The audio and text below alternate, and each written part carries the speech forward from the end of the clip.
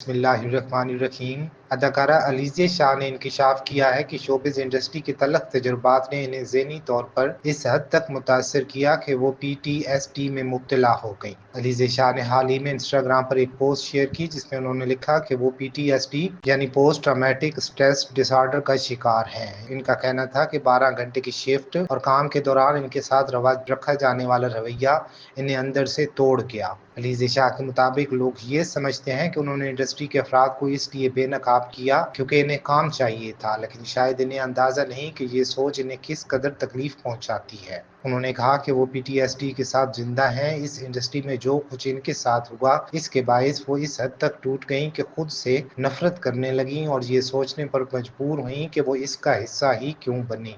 अदाकारा के मुताबिक वो किसी के झूठी हमदर्दी में दिए गए प्रोजेक्ट्स और पेशकशों की ख्वाहिशमंद नहीं हैं। वो हर दिन यही सोचती हैं कि काश वो इस जिल्लत आमीज दुनिया का हिस्सा ना बनती, जहां लोगों ने हर हफ्ते 12 घंटे तक इनके साथ ऐसा सलूक किया जैसे वो कुछ भी ना हो।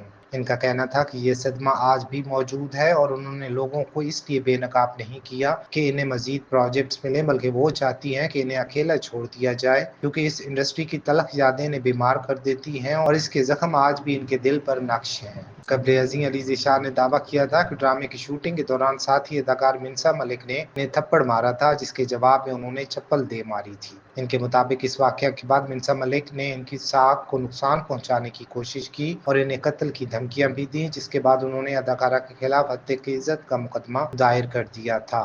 याद रहे कि PTSD एक जहनी आर्जा है जो किसी खौफनाक या सदमा खेज वाकया के बाद लाहक हो सकता है।